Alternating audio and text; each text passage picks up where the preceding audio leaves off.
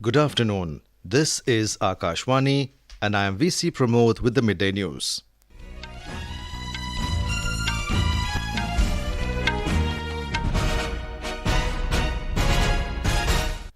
The headlines. Prime Minister Narendra Modi says new facts reveal how Congress callously gave away Katchatheevu Island to Sri Lanka. President Droupadi Murmu confers India's highest civilian award, Bharat Ratna, on former Deputy Prime Minister Krishna Advani in New Delhi. Finance Minister Nirmala Sitharaman says India's GDP expected to grow by more than 8% in the fourth quarter of the current fiscal. Indian tennis star Rohan Bopanna and his Australian partner Matthew Ebden clinch historic win at the Miami Open. And in IPL Cricket, Gujarat Titans to lock horns with Sunrisers Hyderabad this afternoon, while Delhi Capitals to face Chennai Super Kings this evening.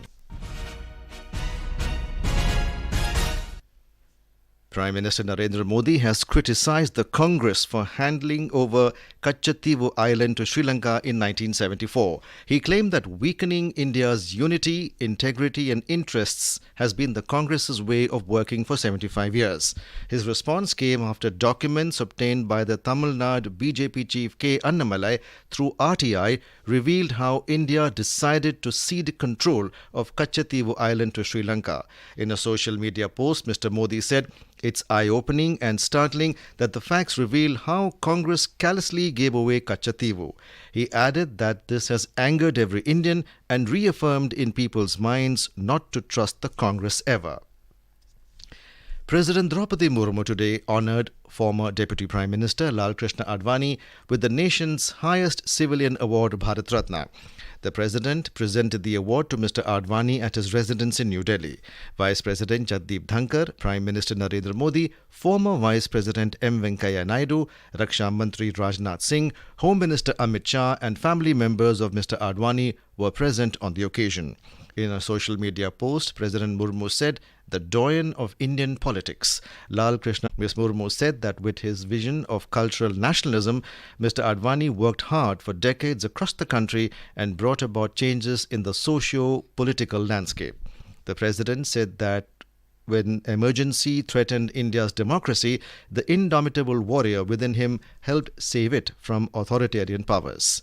President Murmu said, as a parliamentarian, Mr. Advani's faith and dialogue enriched parliamentary traditions. The President said, as Home Minister and Deputy Prime Minister, he always kept the national interest paramount, which earned him respect and admiration from people cutting across party lines. The President said his long and tireless struggle for the cultural revival of India culminated in the reconstruction of Sri Ram Temple in Ayodhya in 2024. President Murmu said Mr. Advani is one of the few political leaders after independence who successfully reshaped national priorities and took the country forward on the path of development. The President added that the achievements of Mr. Advani provide the best expression of India's innate talent and inclusive traditions. Ms. Pratibha Advani, daughter of veteran BJP leader, said that the entire family is delighted over the award. बहुत गौरव का पल है और दादा का जीवन उनकी जीवन यात्रा देखते हुए मुझे लगता है ये इस पड़ाव पर उनको मिलना बहुत हम परिवार वालों के लिए बहुत खुशी की बात है। दादा ने अपना सर्वोच्च जीवन देश सेवा में लगाया तो इस तरह से उनका सम्मान मिलना उनको मुझे बहुत खुशी है। मेरे भाई जयंत को बहुत खुशी है, पूरे परिवार को बहुत खुशी है। Senior BJP leader and Prime Minister Narendra Modi will launch the election campaign in Uttar Pradesh today by addressing a rally at Meerut. The BJP has fielded TV serial Ramayan fame Arun Govil from Meerut Lok Sabha constituency. Uttar Pradesh Chief Minister Yogi Adityanath, Rashtriya Lokdal President Jayant Chaudhary and several other BJP leaders will be present on the occasion. Uttar Pradesh will go to the polls in 7 phases. BJP-led NDA has expressed confidence that it will again come back to power at the centre, and for this, Uttar Pradesh will be crucial as it has the highest number of 80 parliamentary constituencies. BJP today announced Damodar Agrawal as the party candidate for Bhilwara Lok Sabha seat in Rajasthan. Party today released its 9th list of one candidate for the Lok Sabha election. No voters to be left behind has always been the aspiration of the Election Commission ever since the first general election. Today we will listen to a report on an interesting fact about the first general election in Himachal Pradesh. The present Kinnaur district of Himachal Pradesh was erstwhile known as Chini Tehsil of the former Mahasur district. The people of the district were the first to exercise their right to vote in 1951-52 election. While the majority of votes in the country were cast in February 1952, the people of the Hill district were given the chance to vote in October 1951. It was due to heavy snowfall, primitive roads and mountainous terrain of the region that would have made polling stations largely unreachable during the February election. Unpermished, Akashvani News, Delhi. In Maharashtra, the Election Commission has made special arrangements for senior citizens and Divyang voters. Speaking to Akashvani News, the Chief Electoral Officer of Maharashtra, S. Chokkalingam, said that senior citizens above the age of 85 and Divyang voters can vote from home. The Election Commission has also arranged for Braille voter information slips for visually impaired voters, he added. We take special care. As we know, anyone above 85 years of age can apply for home voting. Form number 12D is given to them and they can apply through that form. The people will come to their home and using postal ballot, the voting will take place at their place only. Likewise, for Divyang voter also, if they have the benchmark disability of more than 40% disability, they are entitled for home voting. For the blind voters, again they are eligible, but for the people who want to go to the polling booth as well as voting at home, we give voter information slips in Braille with cooperation of National Association for the Blind. Voting for 2 Lok Sabha seats in Goa will take place on the 7th of May. The state of Goa is in Phase 3 as per the schedule of the Election Commission of India. More from our correspondent. Goa has total of 11.72 lakh registered voters, of which 5.78 lakh are in North Goa district and 5.93 lakhs are in South Goa district. Of these 11.72 lakhs voters, 6 lakh plus are the female voters, while 5.7 lakh odd are the male voters, with the gender ratio of 1063, which is remarkable in the country. Goa has 2 parliamentary seats. North Goa seat, which is currently represented by 5-time MP and Union Minister of State for the Tourism, Ports, Shippings and Waterways, Sripad Naik from the BJP, and the South Goa seat represented by Francisco Sardinia of Congress. The Election Commission has added more than 25,000 new voters in the age group of 18 to the 19 years and tried to ensure that each person who was added to the list will come out and cast their vote. As per the information provided by the Chief Electoral Office of Goa, all polling stations in Goa will have shades, drinking water, sanitation facilities, ramps, wheelchairs and help desk. Also, the security arrangements to conduct the free and fair elections are ensured by the Election Commission of India. Tushar Jadhav, Akashvani News, Panaji, Goa. This is Akashvani giving you the news. For quick news updates round the clock, follow us on Twitter at AIR News Alerts.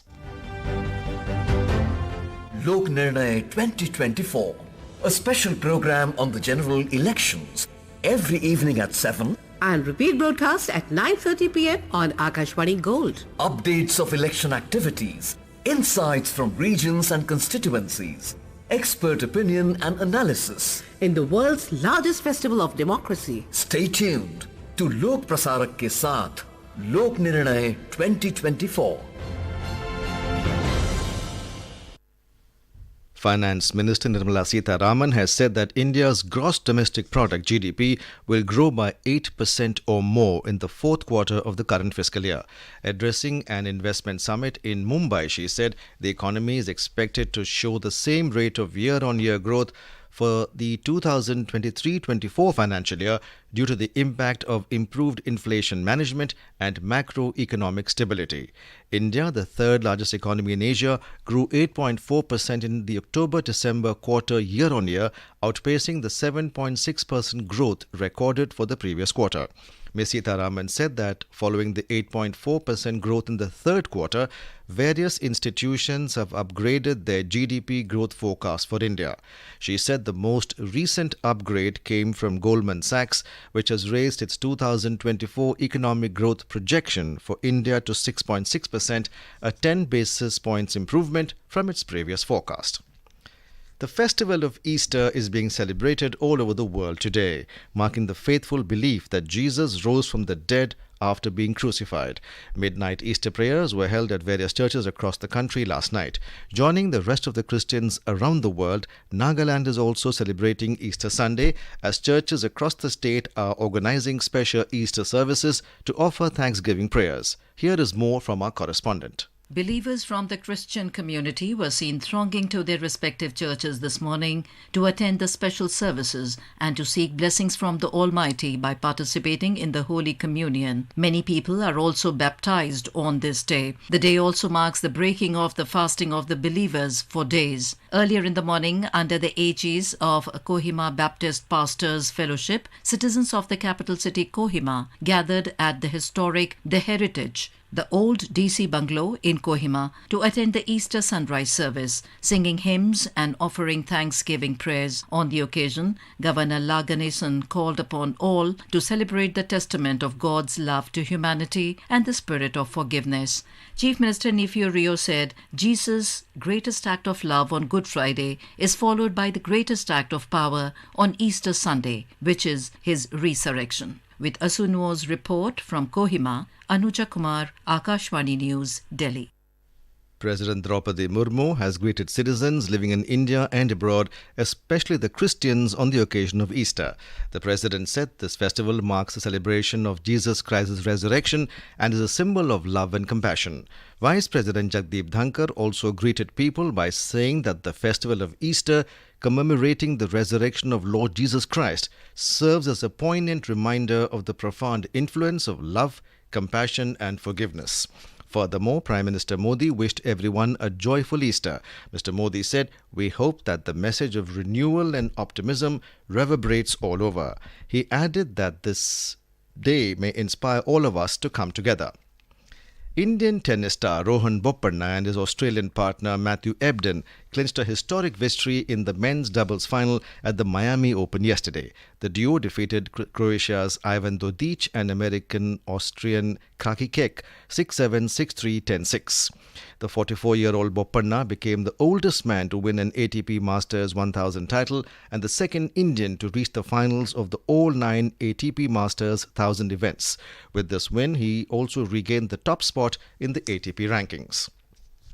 In IPL Cricket, there are two matches scheduled for today. In the first match, Gujarat Titans will lock horns with Sunrisers Hyderabad at Narendra Modi Stadium in Ahmedabad at 3:30 p.m. and Delhi Capitals will face Chennai Super Kings at YS Rajashekar Reddy Stadium in Visakhapatnam at 7:30 p.m. Earlier, Lucknow Super Giants defeated Punjab Kings by 21 runs in the 11th match of the league at Atal Bihari Vajpayee Ekana Cricket Stadium in Lucknow yesterday. Chasing a target of 200 runs set by Lucknow Super Giants, Punjab Kings made 178 for 5 in 20 overs. For Punjab Kings, skipper Shikhar Dhawan scored highest 70 runs, followed by Johnny Bairstow with 42 runs. For Lucknow Super Giants, Mayank Yadav scalped 3 wickets. In the match played last night, Lucknow Super Giants won the toss and decided to bat and made 199 for 8. For Lucknow Super Giants, Quinton de Kock was the highest scorer with 54 runs, followed by Krunal Pandya with 43 runs. For Punjab Kings, Sam Curran took 3 wickets. Mayank Yadav was declared player of the match. And now, before we end the bulletin, the headlines once again. Prime Minister Narendra Modi says new facts reveal how Congress callously gave away Katchatheevu Island to Sri Lanka. President Droupadi Murmu confers India's highest civilian award, Bharat Ratna, on former Deputy Prime Minister Krishna Advani in New Delhi. Finance Minister Nirmala Sitharaman says India's GDP expected to grow by more than 8% in the fourth quarter of the current fiscal. Indian tennis star Rohan Bopanna and his Australian partner Matthew Ebden clinch historic win at the Miami Open. And in IPL Cricket, Gujarat Titans to lock horns with Sunrisers Hyderabad this afternoon, while Delhi Capitals to face Chennai Super Kings this evening. And with that, we end the Midday News.